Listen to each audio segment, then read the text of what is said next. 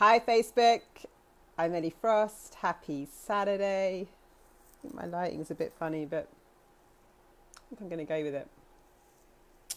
What I want to talk about, I just felt like coming on and having a chat, thinking out loud.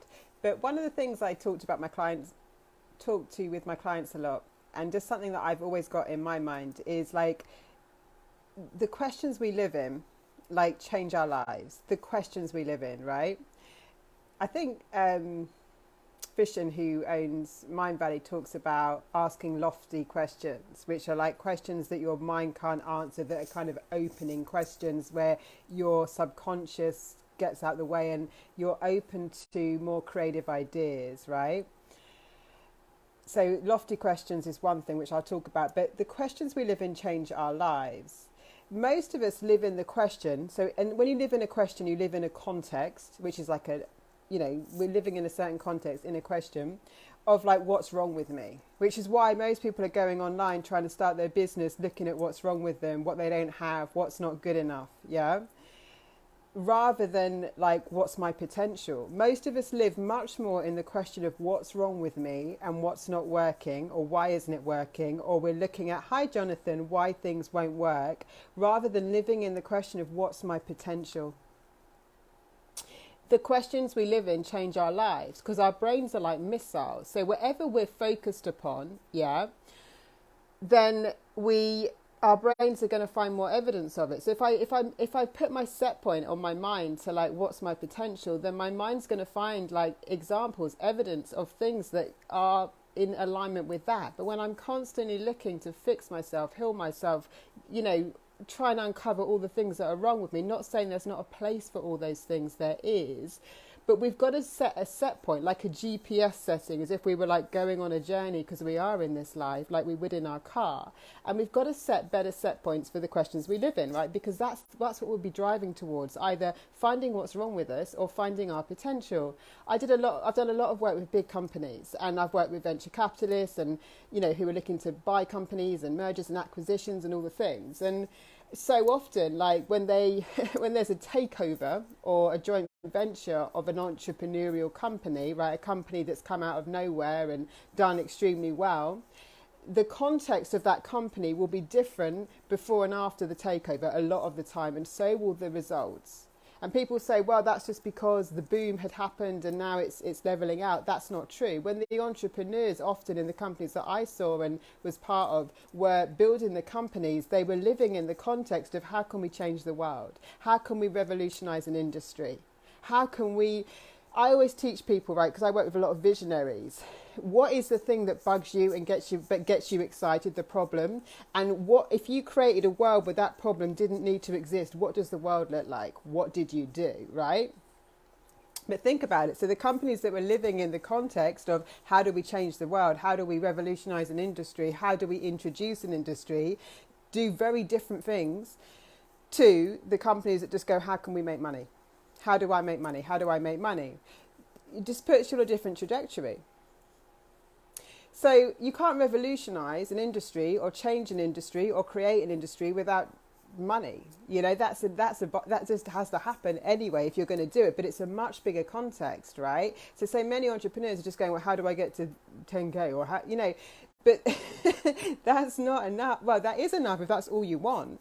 But like, there's bigger questions. There's different questions you can be living in, right? That will give you something much more sustainable. Because here's the challenge. And what I've done with a lot of people is having to go in and redo foundations, because guess what? They set up their context. They set up their question on something like, how do I make X amount a month? And they did it, and then they realized that they hadn't built what they wanted, right? Because everything was set up to kind of be capped and to solve that need, rather than a bigger question that would also solve that need, right? That would go beyond, because they were already living in a bigger context.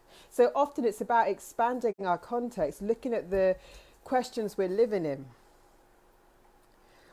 If I, looking at the world, like if I, we're all like kind of inspired by different things. I always like saying Elevate You, which is the launch I'm doing at the moment, all about business, brand, authentic power, your purpose, your vision, your mission, whether you're starting or scaling, it's your breakthrough, genius activation and next level.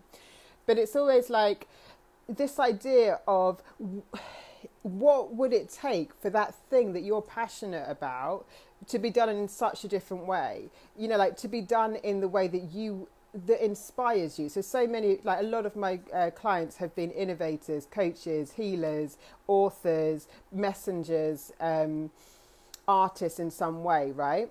But a lot of the time they're responding to something that has triggered them, something that they've found that just doesn't work, that they want to make better in the world. So what does the world look like if that problem didn't exist? What would we have done? What would we have created?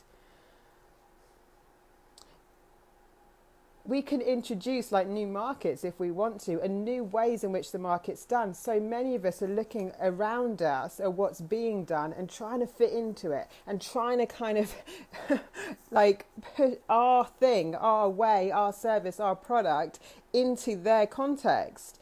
And that's not working for a lot of people. It does work for some people.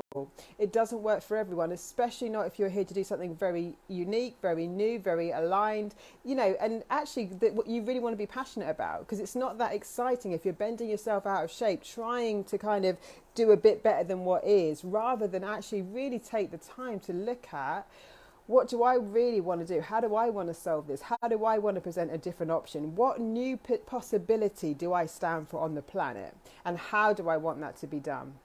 What would I want to, you know, how would I want people to experience that? How can I do it in a new way? Not just the new thing, but in a new way. Yeah, if that suits me. Where we go round in circles and beat our head against the brick wall is when we're often just looking at what is and what other people are doing and trying to fit it around that. There are so many beautiful things on our planet that wouldn't exist if visionaries had done that. Things like apps. You know, Steve Jobs wasn't, when apps came out, so Steve Jobs brings out the iPhone and apps, right? There was just phones and BlackBerry. BlackBerry was the market leader. It now doesn't exist, right? I don't think it exists, no, definitely not in the same way. But like, you know, no one needed an app. They didn't know they needed an app, but now everybody uses apps. Apps are, you know, Steve Jobs made apps part of our daily life. Why? Because he understood how customer needs were going to get met in the future. I teach people this as well. Consumer needs don't often change over time, but how we want our needs met does evolve, right? So if you can be, I'm an intuitive, so I can tune into that. So that's why I've been very good at like doing that with my clients. But if you can tune into where the world's going next, if you can be ahead of that game and provide something that even if people don't even know anything about it, yeah, or they're not familiar with how or that thing or the way it's done yet, they'll still buy into it if it's serving how they want their needs to be met next, right? So when we're looking at things and looking at our products, services, businesses, when we're looking at what's working and what's trending, we want to look at how and why it works rather than just what it is. If I can understand how and why something's popular, or how and why people are attracted to it, then I can use that information, right, and respond to that. But taking it verbatim as, oh, that's how they make money, so that's exactly what I need to put in my business, and wondering why it doesn't work, is because it's the principles you want to use and adopt, like your stuff in alignment with you and what you're doing. But you can also introduce a completely new way of doing it that cuts out all the crap. I love what I do on my online programs because I integrate spirituality, psychology, business strategy, the whole lot, energetic work, spiritual work.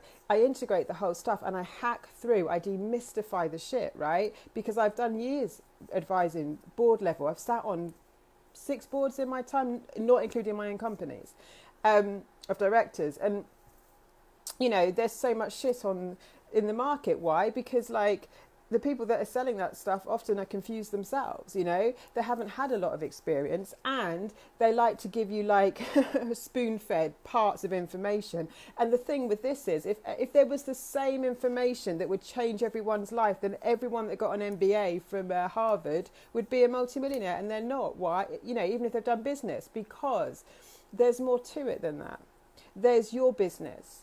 There's your service, there's your product, there's the world where it is right now today. There's how consciousness is moving, there's how people's needs are getting met, there's the relevant things in our economy, right, all different things according to your industry. And so it starts with an alignment with you. It starts with you being the visionary. The visionary is able to work with consciousness, to work with the way people's needs are going to get met next, plus with what they really want, right? Even if they don't know they want it yet, what's kind of something that's going to ignite your vision in them so that they get to participate in a brand they love, in a product they love, and or in a service, right? So there's more to it than just a cookie cutter approach. They will often work, but often temporarily, right? Because people don't know how and why those things work. So if you've been buying into like these cookie cutter methods and you've had some success, but it doesn't seem to sustain, what you really want to be looking at is how and why these things work, and then you can adapt them. Because otherwise it just freezes you. You don't get the ability to keep growing. So this is some of the stuff we touched on Elevate You. On one-on-one stuff, I'm now going to combine in my coaching what I do with my agency clients, which is pretty in-depth, like strategic and coaching, mentoring support on business development and growth for people who really mean a bigger game. So like that's a private kind of container option for a year, ideally maybe 6 months. Elevate You is launching. Elevate You is activating genius, is going into your brand, is going into your business strategy, your products, your services, whether you're starting or scaling. It's a process I've taken, I don't know, big corporates, founders, leaders, innovators through over and over again for a number of years. And it's a process that we need to be doing for ourselves probably every 6 months in modern times, at least. So it's like the same foundation of creating an environment where you can you'll see everything differently, you'll get your breakthroughs. I do some particular things to activate genius, to activate, you know, like your next kind of like breakthrough, but I do it in a particular way. So it's a very kind of expansive space I hold for the first 2 weeks, and then it's very practical, all about like drilling into your brand. But we have to get into your highest vision, your highest kind of aspirations first, what it's really about at a core level, and then we go into like brand and strategy and the actual offerings and all the things. So contact me about that. I've got lots of other things that you can tap into. I've got evergreen courses on my website that you can buy around different topics. I've got a membership, which is the only female only thing I do, which is called Feminine Power, and that's also access to an amazing course that will change your life. And I've got the one-on-one. So contact me if that sounds interesting. Otherwise, have a brilliant weekend. I'll speak to you soon.